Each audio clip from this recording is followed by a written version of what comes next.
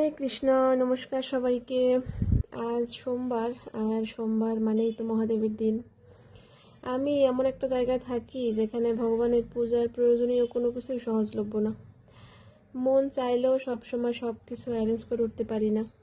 ওই হাতের কাছে যা থাকে তাই দিয়েই বাবা ভোলানাথের পুজো করার চেষ্টা করি আর কি।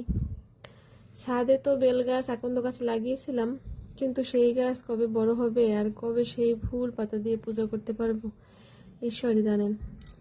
যাই হোক, মহাদেবের কৃপা হলে সবই সম্ভব। আজকে বাসায় ঘি, মধু, চিনির জল এগুলো তো সবসময় থাকে, এগুলো দিয়েই অভিষেক করে নিলাম।